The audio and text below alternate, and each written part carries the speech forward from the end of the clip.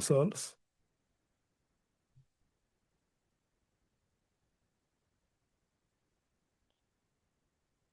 It's 25 minutes to 20 hours.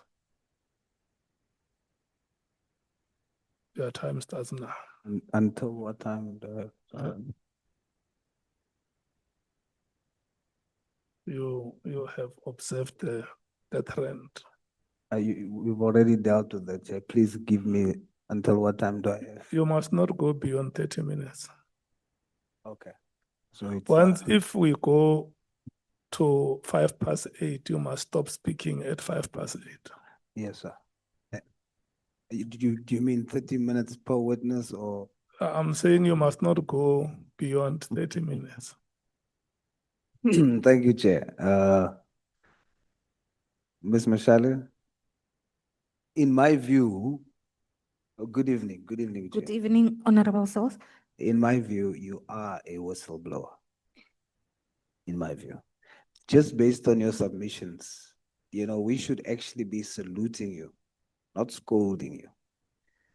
You get nothing in return, whilst those that you are trying to expose are walking away with millions of public funds.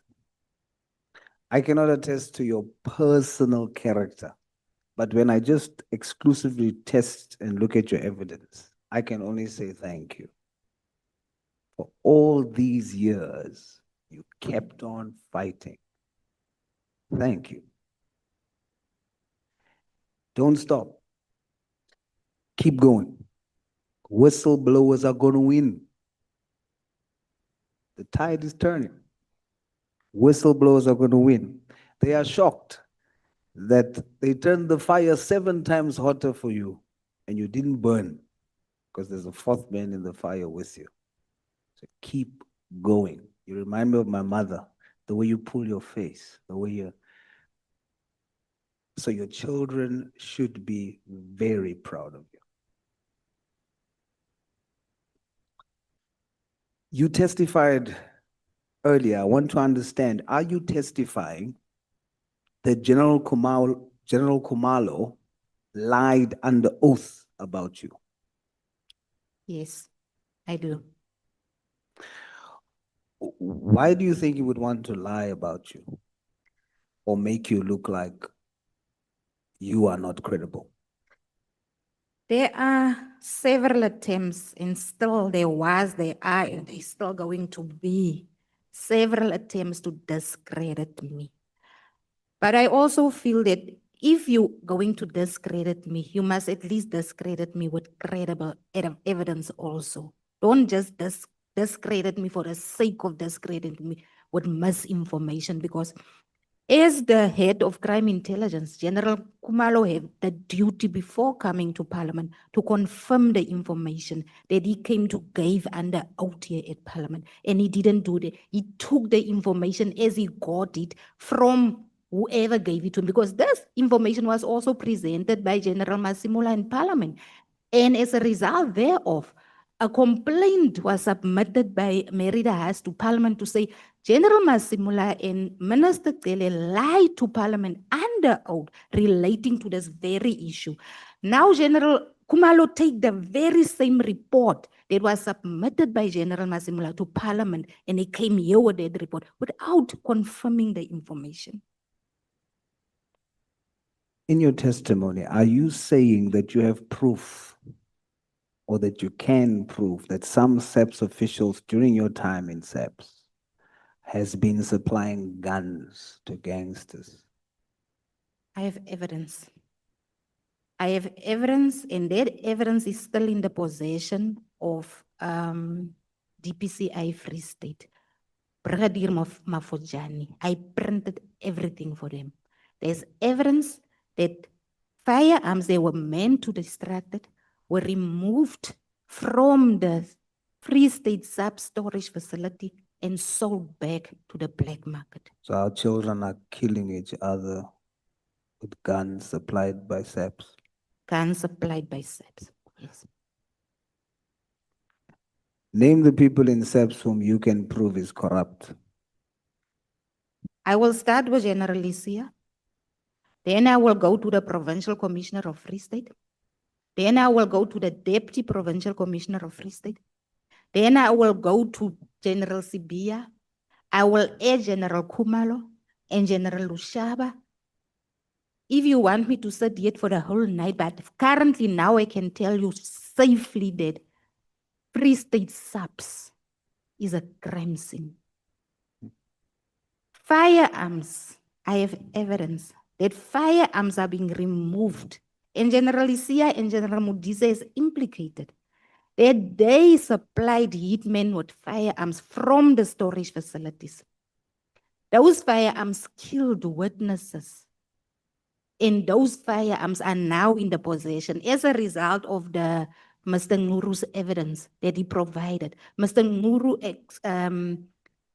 exposed the location of the firearms. Those firearms are now in the possession, and it killed a teacher, it killed a police officer, it killed many other people. Those firearms must still be linked to more killings that we still don't know. The firearms have been sent for IDOS testing. We will get the results.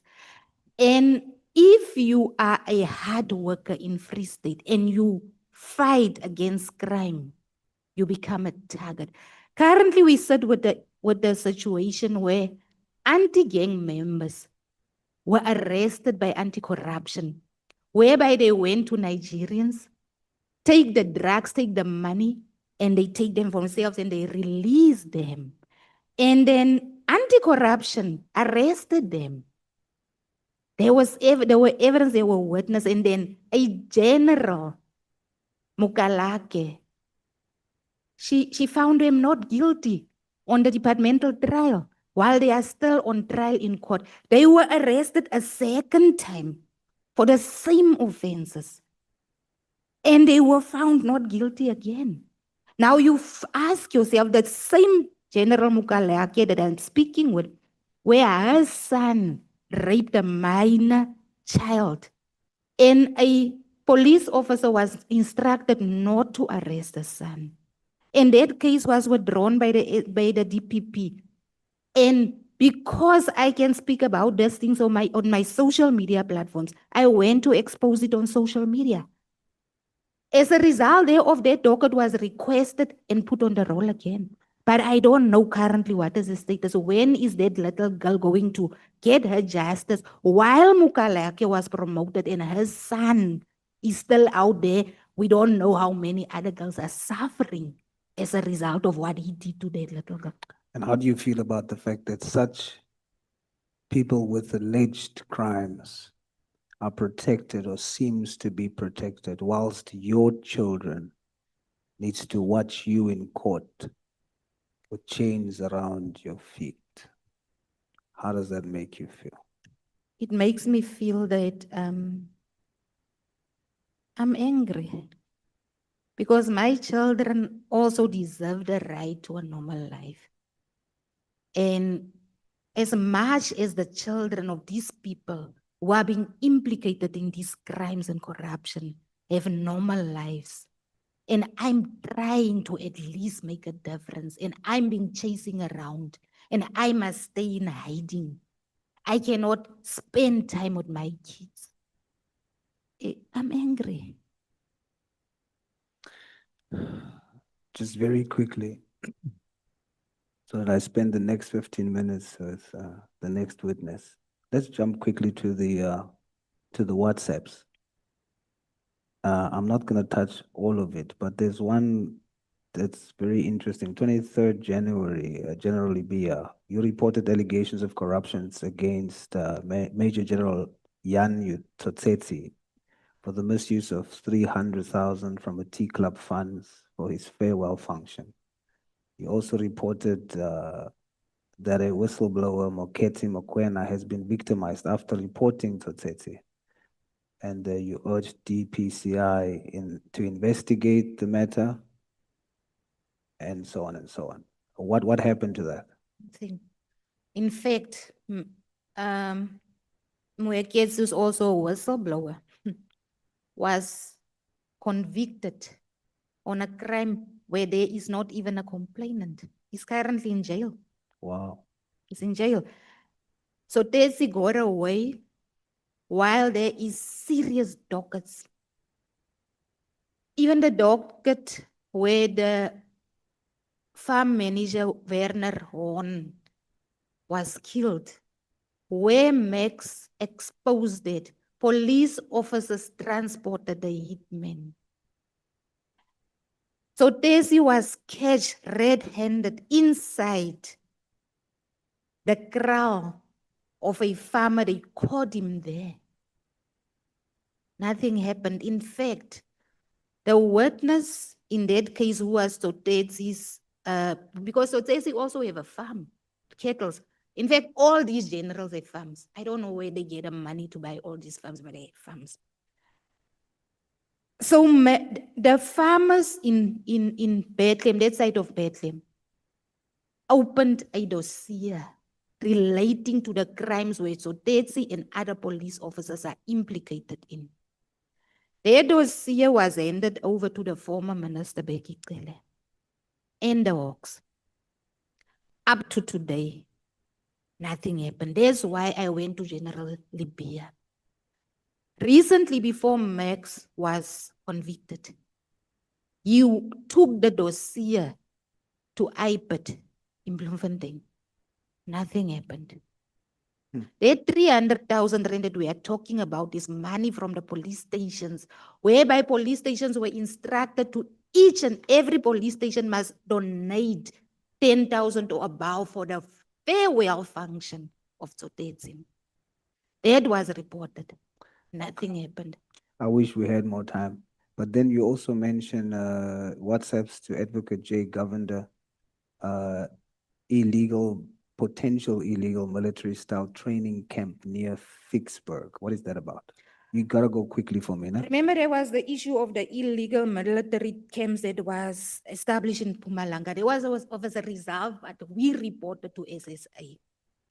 And then I received information that even in Vicksburg, there are these illegal camps. There was when I posted recently on Facebook to say, there are illegal military camps where Lesotho nationals are being trained. And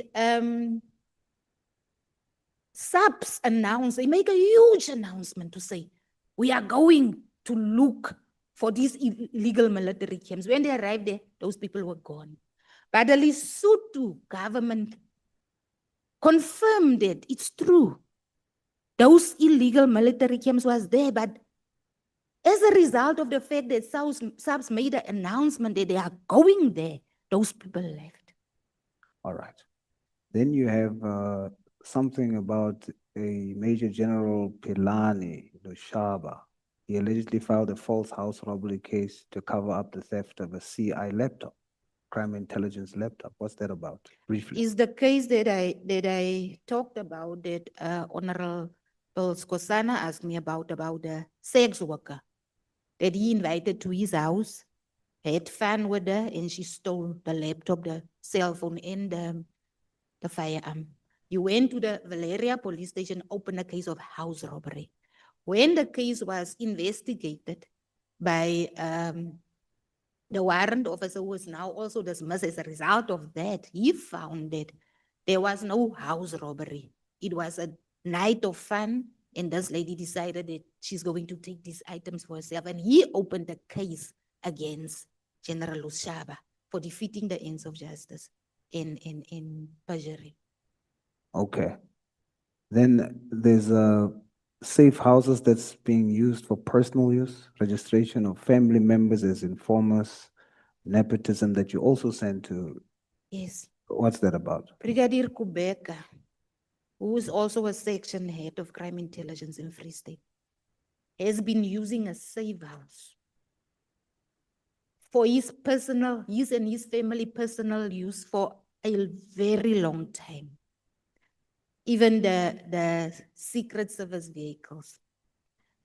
I reported also that to the Inspector General of Intelligence and to General Sibia.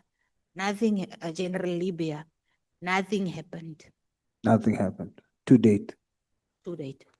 You also say you send WhatsApps to Honorable Ian Cameron.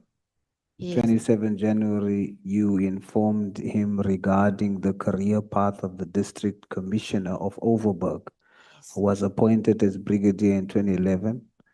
And then you discussed that you must compile a list of generals who were irregularly appointed. yeah, like you mentioned earlier, Brigadier Muchulugi was appointed in 2011 as a communication officer in the South African Police Services. She never underwent basic training. That is a requirement when you are appointed in visible policing. In fact, she failed the basic training. She failed the firearm competency. She actually failed everything to make her competent to be in that position. I reported it to Honorable Ian Cameron, and he asked me for more information and documents. I sent him everything. He even went on Facebook to expose this, because after that, she was appointed, she was promoted to the district commission as a Major General, the district commissioner of Overberg. Incompetent as she was and not. And what was the response? Was it dealt with? She opened a case against Honorable Ian Cameron for criminal injury. That's what they do. I So don't she's know still what there. happened. I think she's not at Overberg anymore, but I don't know. You would know where is she currently, but she's still the district commissioner. Ms. Mushala, I wish we could do more, but we're going to stop there for now. Thank you, Honorable. Mr. Dotjeni, I hope I'm pronouncing that correctly. Good evening, sir. Good evening, honorable member. Look, I must say to you that I'm very proud of you, for whatever that's worth, how you present yourself. But most of all, I respect you for one thing that it just stands out. The fact that you are committed to look at data first before you draw a conclusion. And every time you ask the question that requires you to share an opinion or anything, and you have not looked at data, you refuse to comment on that. That is such a high level of integrity. And I want to say to you, I respect you for that. Thank you, and I appreciate it. And I want to credit that to this very government that trained me. I did not get these skills on my own. Many dedicated officers within the force actually imparted these skills. Well, you I the don't claim to be quality. perfect, but yeah, we try. Well, you the quality that we want. Tell me, sir, do you consider General Mfazi like a mentor or a type of father figure? You know, honorable member, when you undergo police training, there's a certain indoctrination that actually takes place at the college. One, the rank. Two, the sound of a firearm. That training hardly leaves you. So when you see a senior officer stand in front of you, no matter who they are, that rank makes you nervous. That rank forces you to salute. And that's what you leave understanding. So it would be difficult to understand this relationship when you haven't had that indoctrination. We react differently even to firearms. If you hear a sound, each person interprets that sound in a different way. I saw at the Madlanga Commission, General Mkwanazi heard a loud bang. He didn't flinch. The members were ducking underneath the table. It shows you the conditioning that takes place within law enforcement training. So if you ask me, was he a mentor? He was a general. And you begin by recognizing, hey, you must fear these people. And then when they begin to do good things, you then afford those accolades to them. It just comes with the territory. It could have been anyone. Had they done the right thing and been my commander, I would be speaking about them today. So General Mfazi did the right thing. He was your commander. He was a general. And for that reason, you have some sense of revere for him. Yes, I can say that, yes. Do you miss him?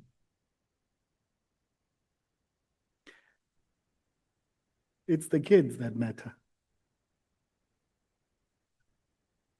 That's the bottom line. It's his children, it's his family. That's where it really matters.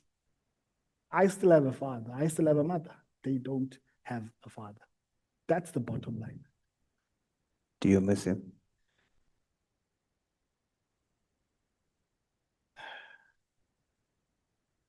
Well, if you've known anyone, certainly you would, and they've passed, you would certainly say, yeah, if General Mfazi had been here in this particular situation, perhaps this would not have happened. And there are many people who have passed, and when we fill in those gaps and we say, if so-and-so had been here, perhaps this would not have happened. It's okay for you to say that you do, because I'm only asking it in this way because I've seen how you have testified and I've read your submission and I see a deep emotion there. It's okay for you to say you miss him. It's okay for you to say you're sitting in that seat today because his voice speaks from the grave for justice. It's okay for you to do that. And I just want you to know that when reading your submission, I can see and I can feel. And I want you to know that it's okay to be in touch with that. And to do it for his family and for his children. He would have wanted you to do it. So I want to know, do you feel like there's a divine burden that you've been given to honor the legacy of General Mfazi? I wouldn't call it a divine burden, honorable member. But first and foremost, it's a duty. I think when I started, and I was having this debate with council, to say, before I speak, I would actually like to make a Mayday call. Because it is only through a Mayday call that the president of this country has to listen. The armed forces are not used to standing in front of cameras and making statements. They are not meant to do that. But the unfortunate situation in which we find ourselves in is that, unfortunately, even those who operate within the darkness have to come forward. You testify that, and I quote in section 3 of your testimony, we're going to rush through it. The tumultuous tenure of Lieutenant General Richard Ndluli, who assumed leadership of the unit in 29, ushered in a climate of fear, internal surveillance, and overt patronage networks. Officers were assessed not by skill, integrity, or experience, but by loyalty to specific power blocks. In 1 minute, explain to me. How do you justify promoting a cashier to be responsible for law enforcement investigations within crime intelligence at the rank of a sergeant, and you overlook dedicated constables who have actually undergone intensive training, both by general policing and then ultimately by crime intelligence? That alone was not just undermining those officials, because the ripple effect of everything is that you now today have unresolved cases, a weak intelligence structure. You can go on and on and on. So in your view, based on your testimony from 2009, there was an intentional effort to weaken crime intelligence. The center did not hold, sir.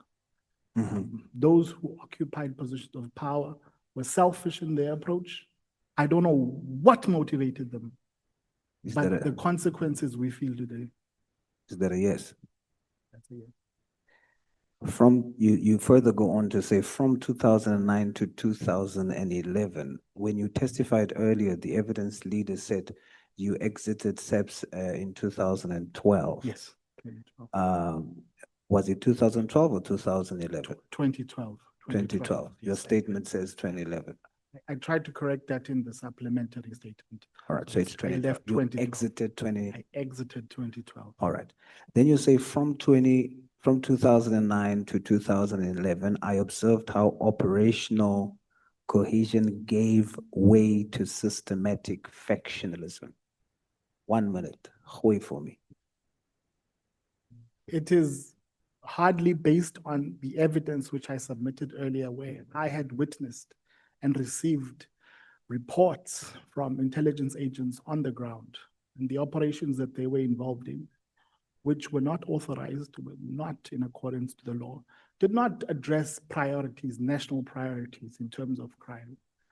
And based on that, we made the assessment that actually what is driving these investigations are other issues other than the issue concerning crime. So you're submitting there are factions in the SAPS. Yes, All I right. make this point, and it is unlike any other faction. All right.